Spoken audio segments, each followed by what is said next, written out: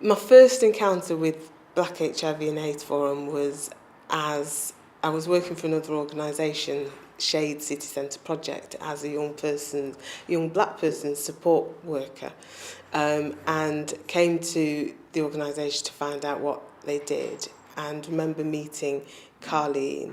I think we met Priscilla as well, and then they talked me into being on the management committee. Then the organisation decided that they were going to advertise the post, and I was interested in it, so I needed to resign from the management committee. But I remember being interviewed by Sandia, who was the then chair, and Fola Agbalea, who was also a management committee member. And I wasn't entirely sure that I'd get it, but then they offered it me, and it was really good. The first day going into the office in the Zion, and there was just Priscilla sat in this room, this tiny, tiny room, and I wasn't entirely sure what to do. And I think after saying her hello, I think her first words were, "I don't think you should do anything until you've had a chance to have a conversation with Mike." Mike Narayan Singh was one of the trustees, and he worked at the City Council in the HIV and AIDS unit. And he really, I suppose it was part of my induction, talking about what the organisation was doing and what the role would be about. And it was typical voluntary sector, project coordinator, that meant everything. But it was really, really exciting. I think part of it because it was doing something that really believed in. It was working with black communities and with black people. And I think there was a little bit of fear, that not for me, but because I remember my grandmother was my grandmother was here when I started the job, and when she found out that I would be working for a HIV and AIDS organisation, she told me that I should take in my own cup and plate and cutlery, and if I went to anybody's house, I wasn't to accept a drink because, it was possibly catching.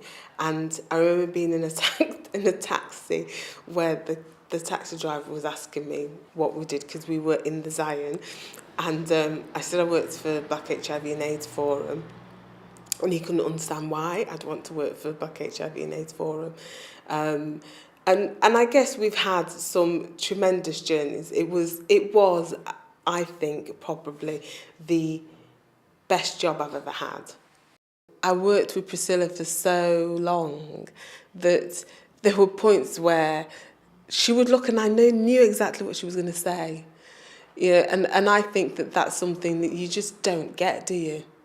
Or it's just really, really special to work with somebody who you have such respect for, and who becomes a part of your life. She and I speak every evening, and it's a really big honour to have worked with her, really, and it's one of the things I really, really miss. There was always some of, our personal journeys in there, and I don't think anybody came to the organisation for the money. Nobody came to the organisation for the money. And I think as we grew, the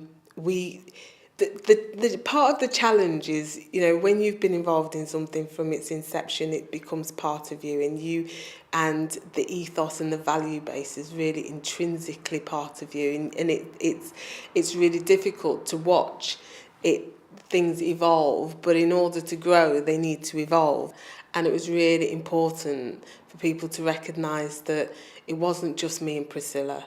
Me and Priscilla were the faces, if you like, but actually behind us was a whole network of people, which included the likes of Paul Mattis. I remember interviewing Paul, and feeling like this was a young man that we wanted, and needed to be part of the organisation. So, you know, I was really pleased to be able to give him an opportunity, and he didn't let us down. Bridget Hughes, gosh, I can't even remember what her job title was at that time, but Bridget Hughes, I think, has been one of the constant people, along with David Regan, who have supported the organisation and really showed their commitment through providing funding. And people like Kirit, who have played such a monumental part of the organisation, and you know, his thinking is because he thinks very laterally, has really kind of helped us move the organisation forward. And then people like Claudette, who is a new, you know, sort of part of the new journey coming forward. The fact that I was part of it for a little part of its journey, I think, is probably one of my biggest achievements. If I hadn't been involved in BHA, I really don't believe I would be doing what I'm doing now. So, you know, for me, you know, my achievements are intrinsically linked with the journey of Black HIV and AIDS Forum and now BHA.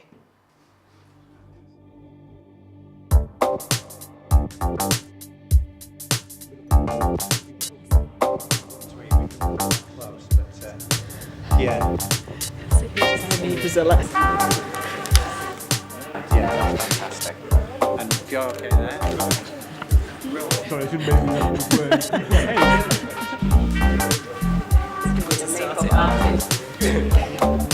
That's great. Lovely. So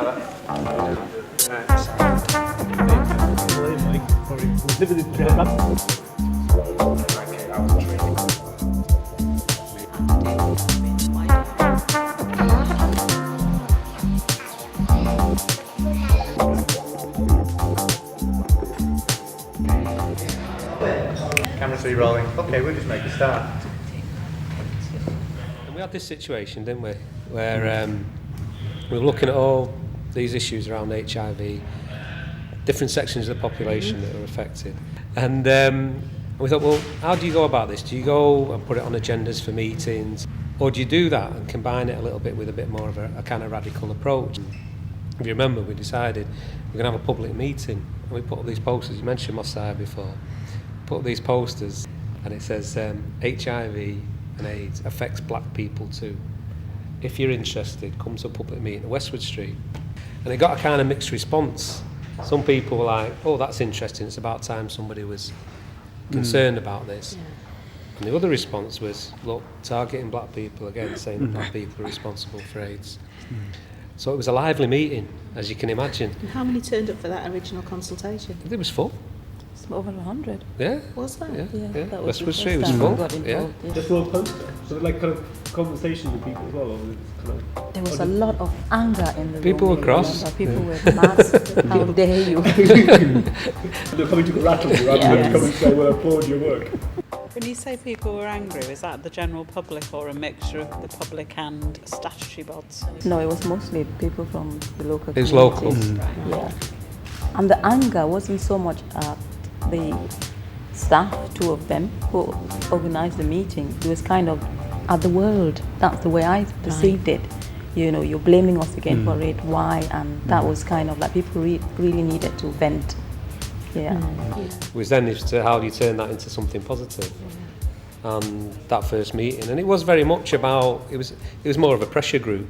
But then when more people got involved, local people got involved, and it became BHAF, Black HIV and AIDS Forum.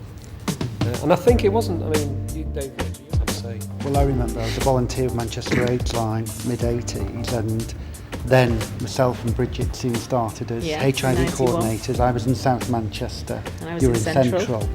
And at the time we had Manchester AIDS Line, then we had Body Positive Northwest as part of that. We were starting to get people coming through, HIV testing positive and wanting services. And I remember the first time I had to give a positive result was to a young black guy from South Africa, and I felt totally out of my depth. There was a lot of, to be honest, statutory sector support for some of the developments, but people saying, well, what do we do next?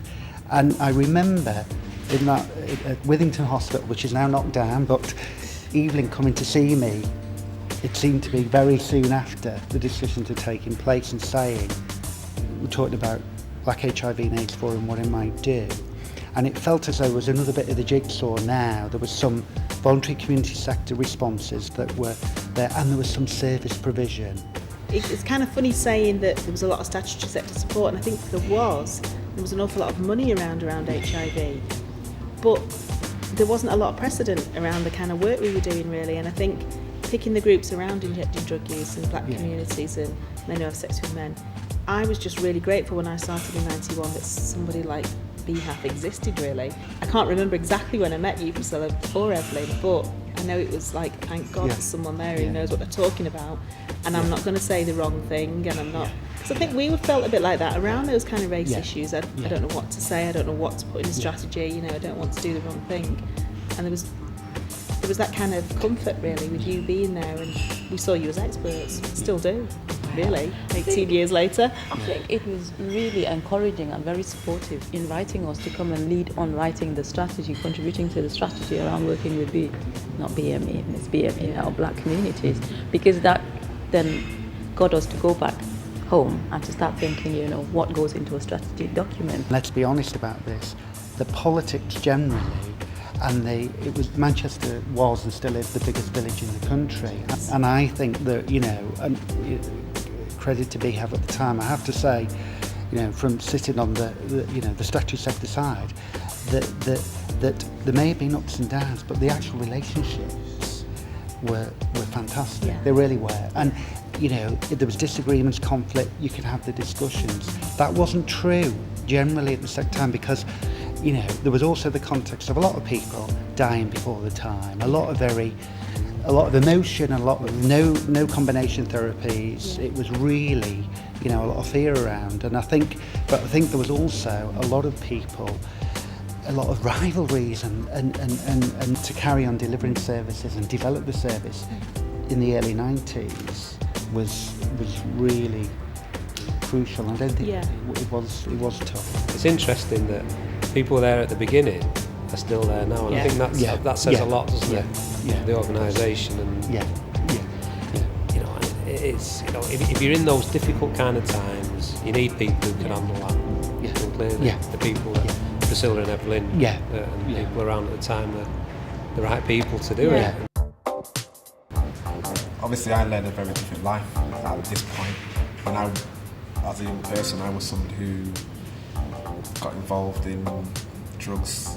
I was on the streets. That was my kind of background. And my friends had already seen me start to change in terms of my thinking. I would talk to them about the issues. On the one hand, they would absorb some of the information, but on the other hand, maybe they would still go out and have unprotected sex and these types, still participate in those activities. I mean, Juicy High School is one of the first schools I went into when I first started the work. For me, we really had to unpick, why are you being excluded from school? What are the issues in the school? I'm talking about maybe there was 3 months where we had to do the work around picking those issues before we came onto the sexual health. One of the challenges we faced, you know, in those early days, the first 3 years, was communities who did not want to talk sexual health at whatever level, or HIV specifically, behaviour. It was really challenging for some of them. There were over 400 black groups in Manchester that we approached. You know, we got the list from the City Council, and part of my job was make contact with all of them. Can we come and tell you about condom use and all that carry on? And some of them were quite, you know, open and, you know, were welcoming and wanted the discussion to carry on, like the Indian citizen. They were one of the first groups I worked with. I think the youngest person in the group must have been about 98. Wanted me to come. You always got asked back though. And I had, you know, a little aside, I had a box of condoms and I neatly put them on the tables, and they disappeared really quick. And I thought to myself, what are they doing with all the condoms? And I realized they thought they were biscuits for their kids.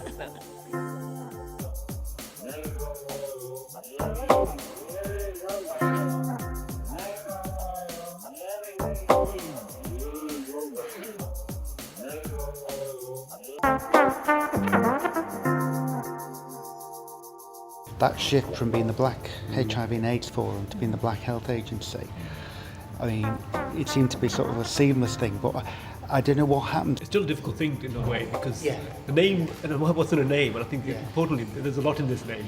And for me, I remember at the time, I remember playing around with the words and the lettering. Because I remember there was a day when we had BHAV and the kind of what do these letters stand for, and being very, very kind of holding on to the F, because the F is the bit that they can't let go of, because that's the BHAV. There's a bit that they held on to quite firmly, and it's quite close to their hearts, and it pulled a lot of strings for them to lose the F. Losing the F was almost like, sorry, that doesn't mean that word. So it was quite a big shift from BHA's or BHAV's thinking that we don't focus only on HIV, that we broaden our remit out to start doing sexual health. I know the kind of thing all the people have been involved over the years. Like, I'm thinking about the elements like the African Women's Health Forum, which is a small start, but actually it's in terms of developing its links and contact with the students. Yes, BHAF, BHA has been very good and very consistent in terms of developing services and services which meet the needs of communities. But one of the things I think is always kind of like sidelined is the fact that people have come into BHA and have gained an experience, they've gained skills, and I was given an opportunity to come on board and use the experience that I'd gained as a young person and a young man, and I was able to put that into the project. And on top of that, I mean, I was able to go to university, which was something which was so far from my scope at one time in my life. I know that from my experience of being kind of worked in kind of the civil service and behind the benefit offices, I believe, in signing people's checks, and then coming, working for a small kind of working for a small lesbian gay project, which gave me an insight, if you like, into looking at how a voluntary organisation might be run with a management committee and stuff. So I had a sense of what it might be, and then coming to Moss Side and working for the design community health resource centres, and then having a feel, actually, this isn't too bad. I can do this. I can, this is an area that I could want to develop in, and given the opportunity, I think, and having come into contact with BHAP in those days as a gay men's sessional worker, and actually I did have an experience. I mean, apart from being gay, and that's an account as experience. But we've had young people who they've come from volunteers, they've gone into paid work, whether it be full-time or sessional. From there, they've gone to work for the Joint Health Unit. They've gone to work for Lifeline. When we started, I think it was about 8 or 9 of us, I think, at that time. The organisation had been awarded a contract from the Department of Health to manage the National African AIDS Helpline. And that was, I think, from Priscilla, I think they were so excited. I remember you going down to London. Competition against big guns. I know, And we we beat had the to Londoners. get them to get references for us based on what we'd done. If it gone all wrong, you would have been called to answer. And we were given, quite a very tough target to meet, to set it all up, all singing or dancing within a very, very short time. And we did. If you take what you've just described around being awarded that particular contract to then being awarded the contract around PPIs, I guess there's some consistency or some synergy there in terms of the organisation willing to take a risk or a challenge to do something that perhaps we've not touched that territory before. It must have been so well done, because it was sort of, I just assumed, oh yeah, it's the Black Health Agency doing it, but it was sort of low key, if you know what I mean. That it was another service, it was another piece of work, but it was happening. And yet it was, talk about diversification, there could be nothing, shall we say, broader than taking on a patient and public involvement role across all the organisations in Greater Manchester and beyond. But it just happened, and it was sort of quite, and I think that was quite symbolic, really, that's been there as well. I guess with lots of voluntary sector organisations, you see the opportunity to perhaps bid for something, but why are you bidding for it? And we as a board have had some really tough discussions about the way forward, and not necessarily going for a contract because it's there. The kind of culture at the moment is it's almost like we've spent years building up partnerships, and kind of the way we are now, everybody's chasing the same pots of money, and nobody's speaking to each other, and nobody wants to be partners with anybody. So I think it's the strength of the organisation that you can have those discussions and think, well, we shouldn't go for that, or maybe we should talk to someone and go for that together. But what is quite funny about today is that everyone here is still in and around Manchester. And that's another good thing about the networks and those relationships that develop, because you can call on someone who's in another organisation, you know, and I think we underestimate that sometimes, don't we? Because we'll pop up. It's a great strength in Yeah. the city. Yeah. I know that my strength has been knowing that there are friends and my colleagues just down the road on the phone. I remember Priscilla and Evelyn saying that, you know, we're only a phone away. Literally, it does feel that it doesn't feel like, you know, you just moved into a new job. It feels like actually it's like a family, and it doesn't feel too far away from me that way. So it keeps me going.